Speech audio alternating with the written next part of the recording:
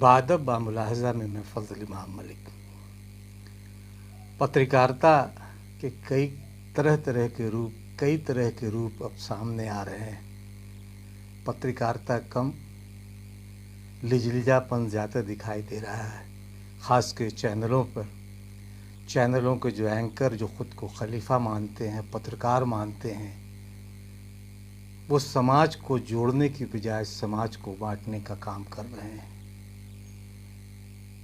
ऐसे ही एक पत्रकार है अमीश देवगन, जो अपने न्यूज़ डिबेट आर पार में चिल्लाते हैं, चीखते हैं, शोर मचाते हैं और अपने आप को बहुत ज्ञानी समझते हैं। महीनों से वो एक अभियान, या कहें कि सालों से वो अभियान मुसलमानों के ख़िलाफ़ चला रखा है। उन्होंने माफ़ियाँ भी मांगनी पड़ी, फिर एक बार वो विवादों के केंद्र में हैं और इस बार उन्होंने इस्लाम धर्म के सूफ़ी संत ख्वाजा मोइनुद्दीन चिश्ती को अपने गलीज़ भाषा से देश की गंगा जमुना तहज़ीब को शर्मिंदा किया है। ख्वाजा मोइनुद्दीन चिश्ती सूफ़ी संत थे, इस्लाम धर्म के प्रचारक थे, उन्हें कौन नहीं जानता। अजमेर में उनकी दरगाह पर मत्था टेकने वालों में सभी मज़हब और धर्म के लोग शामिल रहते हैं। कहा जाता है अक्सर अजमेर जाने की इच्छा बहुत लोगों को रहती है, वहाँ जाना चाहते हैं, उनकी दरगाह पे ज़ियारत करना चाहते हैं, लेकिन बार बार ये कहा जाता है कि वही अजमेर जाते हैं जिन्हें ख्वाजा बुलाते हैं। उन्हें ख्वाजा गरीब नवाज़ के नाम से भी जाना जाता है। राजस्थान के अजमेर के दरगाह में हज़रत मोइनुद्दीन चिश्ती अजमेरी, जिन्हें हम तमाम लोग ख्वाजा गरीब नवाज़ ही ज़्यादा कहते हैं, गरीबों की, चूँकि गरीब परवर थे, गरीबों की सुनते थे, इसलिए गरीब नवाज़ उन्हें कहा जाता है। वो इस्लाम धर्म के ऐसे महान सूफ़ी संत रहे हैं जिन्होंने हिंदुस्तान में इस्लाम को परवान चढ़ाया। वो यहाँ तबलीग के लिए आए और लोगों में इस्लाम धर्म लोगों को इस्लाम धर्म की, इस्लाम मज़हब के बारे में जानकारी दे। लेकिन अब उन्हीं हमारे सूफ़ी संत जो उनके ख़िलाफ़ जिस तरह से जिस भाषा का इस्तेमाल एक न्यूज़ एंकर ने किया, वो सचमुच अपने आप में शर्मिंदा करने वाला है। आपने देखा है कि इसके बाद किस तरह से आक्रोश उस समाचार चैनल के दफ्तर के बाहर लोगों का है, आपने देखा होगा। तो ख्वाजा गरीब नवाज़ गरीबों के मसीहा थे, ख़ुद भूखे रहकर दूसरों को खाना खिलाते थे। उनके बहुत सारे क़िस्से कहाँ हैं, उनकी सूफ़ी होने के जो सबूत उनके देता है। कहा जाता है कि बड़ी दरगाह, बड़ी देग और छोटी देग वहाँ मुग़ल शहंशाहों ने वहाँ लगाया, जिसके में खाना कभी कम ही नहीं पड़ता था। वो दीन दुखों को दूर करते थे, गरीबों को या लोगों को बताते थे कि क्या पाप है और क्या पुण्य है। लोगों को बताते थे कि ये राह अच्छी राह है, इस पे चले, इंसान बने। वे अल्लाह के सच्चे बंदे थे, उनके करिश्माई कुदरत थी और वो दुआ मांगते थे अल्लाह से। जो दुआ मांगते थे वो कहा जाता है कि वो कबूल होते थे, इसलिए लोग उनके मुरीद, उनके शहदाई उनको चाहते थे। उनको मानने वालों की एक बड़ी तादाद है, इसमें मुसलमान ही नहीं, हिंदू भी हैं, सिख भी हैं और दूसरे धर्म के लोग भी हैं। राजा से लेकर रंक और नेता से लेकर अभिनेता तक ख्वाजा गरीब नवाज़ की दरगाह के ज़ियारत करने के लिए हमेशा उत्साहित रहते हैं, वहाँ अजमेर जाना चाहते हैं। ख्वाजा गरीब नवाज़ की दरगाह पर दुनिया भर के जो भी बड़े लोग आते हैं वहाँ ज़ियारत करने ज़रूर पहुँचते हैं। हस्तियाँ, जो भी बड़ी हस्तियाँ होती हैं उसमें राष्ट्राध्यक्ष वगैरह भी शामिल हैं, जो ख्वाजा गरीब नवाज़ की मोइनुद्दीन चिश्ती रहमतुल्लाह अलैह की दरगाह पे ज़ियारत करने ज़रूर जाती है अगर अजमेर जाते हैं तो। इतना ही नहीं, देश के प्रधानमंत्री चाहे कोई भी रहा हो, अभी के प्रधानमंत्री नरेंद्र मोदी हों या इससे पहले के जितने प्रधानमंत्री रहे हैं उनकी एक, और कई मुख्यमंत्री, कई प्रदेशों के मुख्यमंत्री तक वहाँ हर साल उर्स के मौके पर चादर भिजवाया करते हैं। लेकिन अब इन्हीं ख्वाजा गरीब नवाज़ की अदना से व्यक्ति ने तौहीन की। पत्रकारिता किस तरह की हो रही और पत्रकारिता के नाम पर क्या परोसा जा रहा है वह सबके सामने आ रहा है। पत्रकारिता का गलीज़ और लचीला चेहरा लेकर सामने आया है अमीश देवगन नाम का ये एंकर, जिसे लेकर कभी कांग्रेस प्रवक्ता ने बीच शो में, लाइव शो में ऐसी बातें कहीं जो इसके नाम के साथ अब अलंकरण के तौर पर जुड़ गई हैं। न्यूज़ 18 का anchor Amish Devgan news debate में सूफ़ी संत ख्वाजा मोइनुद्दीन चिश्ती को लेकर अभद्र भाषा का प्रयोग करता दिखाई दिया। अमीश देवगन पर धार्मिक भावनाओं को आहत करने का आरोप लगा है। डिबेट का एक वीडियो सोशल मीडिया पर भी खूब वायरल हुआ और तमाम हर जो भी ख्वाजा मोइनुद्दीन चिश्ती के को चाहते हैं, उनको सूफ़ी संत मानते हैं, वो उससे आहत हुए हैं। मुसलमान भी हैं, हिंदू भी हैं और उन तमाम लोगों में काफ़ी गुस्सा है। देश भर में इसके बाद कई जगहों पर अमीश देवगन पर प्राथमिकी दर्ज कराई गई। इनमें शिवसेना से लेकर कई सामाजिक और सियासी संगठन हैं।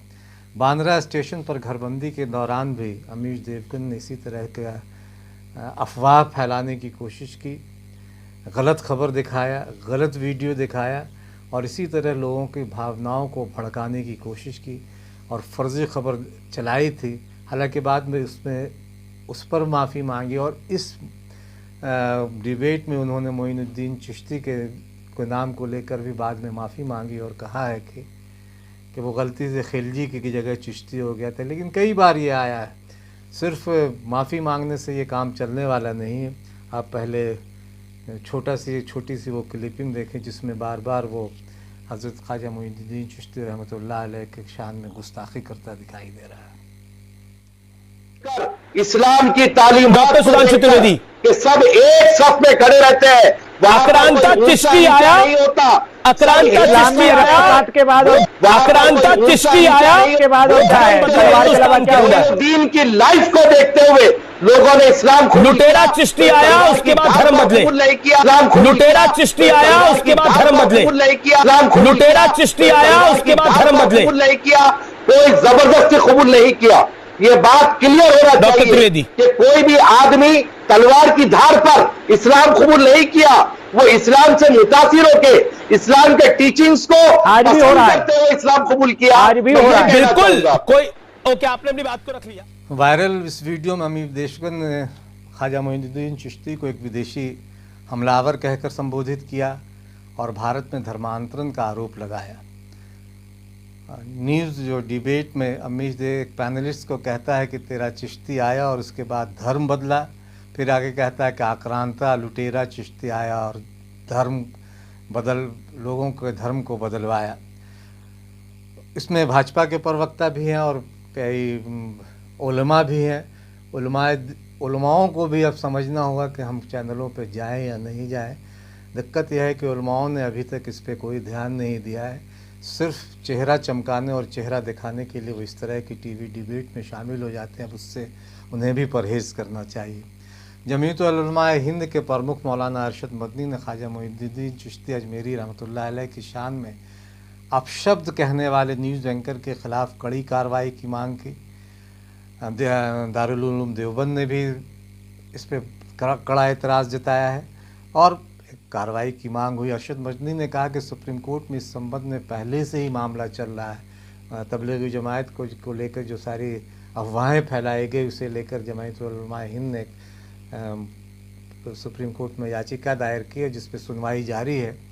19 जून को फिर सुनवाई होगी और अब मौलाना अरशद मदनी ने कहा है कि वो इस मामले को भी सुप्रीम कोर्ट के संज्ञान में लाकर बताएंगे कि किस तरह से मुसलमानों और के जज्बात को भड़काने की कोशिश की जा रही है इस तरह के समाचार चैनलों के ज़रिए।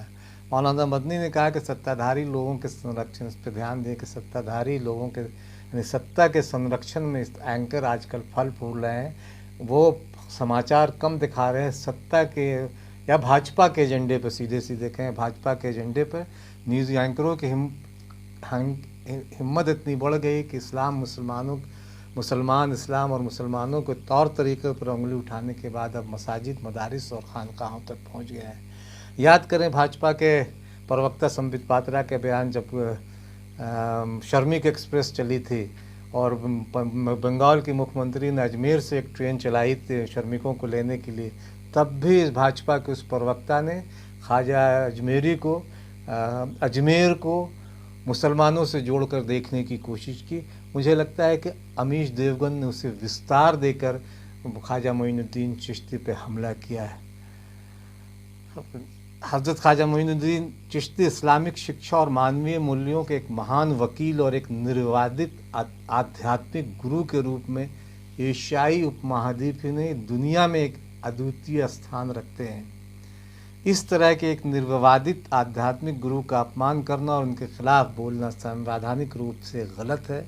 इसलिए सरकार को फ़ौरन इस पर कार्रवाई करनी चाहिए और ख़ासकर इस एंकर के ख़िलाफ़ जमीयतुल उलमा हिंद ने इसकी मांग की है सरकार से भी, लेकिन सरकार इस पर कार्रवाई करेगी लगता नहीं है, क्योंकि इस तरह की तमाम तिकड़म सरकार के संरक्षण में लगातार कुछ चैनल कर रहे हैं। मुसलमानों के ख़िलाफ़ एक माहौल बनाने की कोशिश कर रहे हैं। चाहे कई चैनल इसमें लगे हुए हैं, एक अपने एजेंडे पर, भारतीय जनता पार्टी के एजेंडे पर काम कर रहे हैं, लेकिन वो नहीं जानते कि इसका खमियाजा देश को भी भुगतना पड़ेगा और समाज को भी। समाज को तोड़ने की एक लगातार कोशिश है। हालांकि वो जिस गंगा जमुनी तहज़ीब की बात हम तमाम लोग करते हैं और इस देश में वो अभी भी इन तमाम चैनलों के तमाम एजेंडों के बावजूद आज भी अच्छे लोग तन कर खड़े होते हैं इन तमाम चैनलों के ख़िलाफ़। लेकिन पत्रकारिता आज किस स्तर तक पहुंच गई है ये इस डिबेट में भी देखें। और फिर चीनी सैनिकों ने भारतीय सैनिकों का जिस तरह से शहीद किया 20 सैनिकों को, उसमें भी एक बड़े समाचार चैनल के जो तेज़ चलने का दावा करता है उसकी न्यूज़ रिपोर्टर या एंकर सरकार पे सवाल नहीं खड़े कर रहे हैं, सेना पर सवाल खड़े कर रहे हैं। आप देखें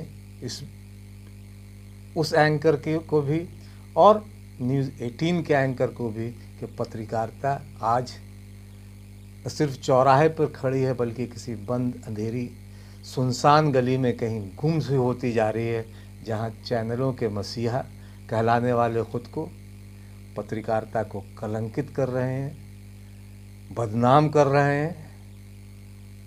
कई नाम आपके तमाम लोगों के जहन में है।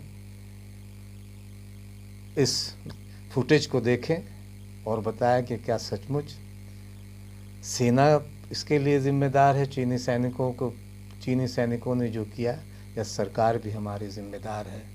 सवाल चैनलों से भी कीजिए, सरकारों से भी कीजिए, क्योंकि सवाल करना हम तमाम लोगों का लोकतांत्रिक अधिकार है। आप इसे लाइक, सब्सक्राइब और शेयर ज़रूर करें और वीडियो देखें। मोदी जी, जब उड़ी पर आतंकी हमला हुआ था, वहां पर सेना के कैंप पर, आपने बहुत कड़ा फैसला लिया था कि दुश्मन के घर में घुसेंगे, उन्हें घर में घुसकर मारेंगे। उस समय लगा कि सब अब सही हो जाएगा, पाकिस्तान सबक सीखेगा। कुछ दिन के लिए उन्होंने शायद सीखा, फिर नगरोटा और आर्मी कैंप्स को खासकर पुलवामा तक पहुंच गए वो। ये पाकिस्तान सुधरेगा कैसे? अगर आप पहले दिन से उन सवालों को हम उसका विश्लेषण करें रोहित, तो उसमें ये सवाल उठाना कि चीनी सेना हमारे जमीन पर आ गई और हम सोते रहे, ये सरकार पर सवाल नहीं होता है, ये सेना पर ही सवाल होता है, क्योंकि पेट्रोलिंग की ड्यूटी सरकार की नहीं होती है, सेना की होती है। और हमारे देश में सेना की कोई इतनी आजादी है, हमारे अर्धसैनिक बलों को भी आजादी है कि वो जो पेट्रोलिंग ड्यूटी कर रहे हैं उसके लिए किसी पॉलिटिकल मास्टर से अपने कमांड नहीं लेते हैं। अगर आईटीबीपी के हटने के बाद वहां पर भारतीय सेना भी पहुंची और आप कहते हैं कि चीन ने हड़प ली हमारी जमीन, तो ये फिर सेना के ऊपर सवाल हो जाता है।